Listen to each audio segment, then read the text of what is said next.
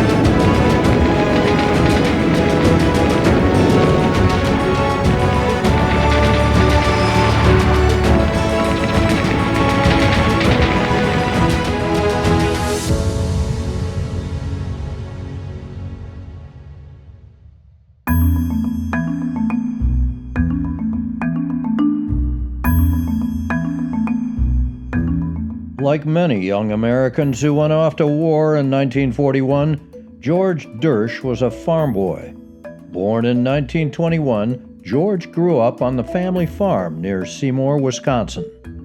Like other farm boys coming of age during the Great Depression, he learned to hunt and shoot. He learned his way around machinery, and he learned to be independent and to solve problems by using his wits and whatever was at hand.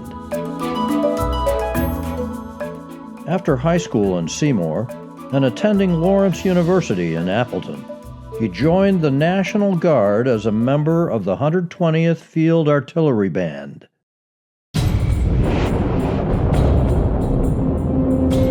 When America entered World War II, George enlisted in the Army Air Corps and volunteered for pilot training.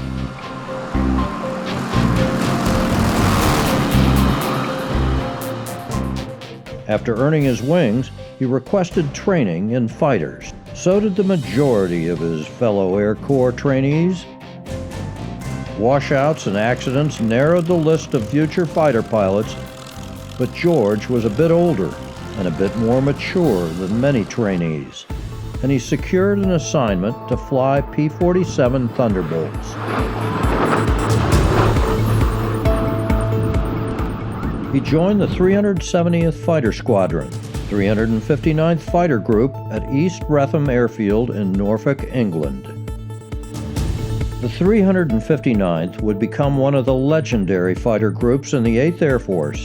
It was a lucky assignment, and not the last time luck would play a role in George Doersch's flying career. From November 1943 until May 1944, the squadron flew their P-47s, escorting 8th Air Force bombing missions over occupied Europe. At the ripe old age of 22, George was considered an old man by many of his squadron mates. They nicknamed him Pop Doersch, and he dubbed his airplane Old Goat. In May 1944, the group traded its P-47s for P-51 Mustangs.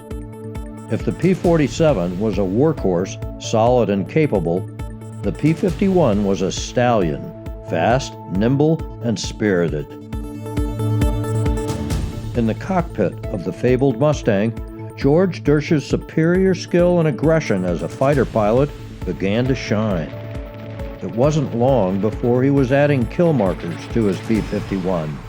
So I wasted about half of my ammunition and 3 guns. At that time, that model of 51 only had 4 guns. And 3 of those guns quit firing. And I ended up on a deck. I shot the one down, I damaged another one coming down. Then I saw this 109 coming down. Now, there's a lot of Germans flying around, but nobody bothered me. Saw the 109 coming down kind of slow, and I thought, you know, if I can get this 109 with 1 gun, that's going to be a good trick.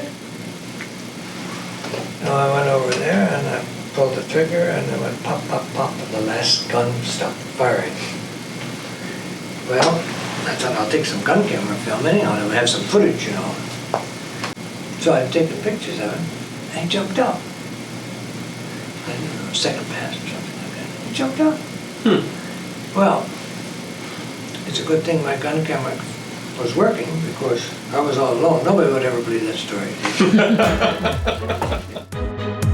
By the end of the war, he was credited with 10.5 aerial victories over German fighters and another 1.5 destroyed on the ground.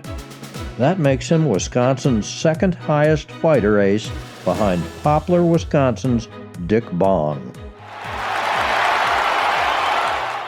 So I came home from a football game late one night, and as I came in, my dad was standing at the kitchen table, and which was unusual. He would normally turn in early, and I noticed he had a service record, one of his service records from his missions, and I looked at that number, and it was a really pretty impressive thing, and I asked him, I said, why are there so many? Why is this report different than the way you've always told the story? And he said, because no one would believe me if I told the truth. So he had always downplayed the numbers and said it was a half dozen or so. It was 60. It was over 60 enemy planes he personally engaged.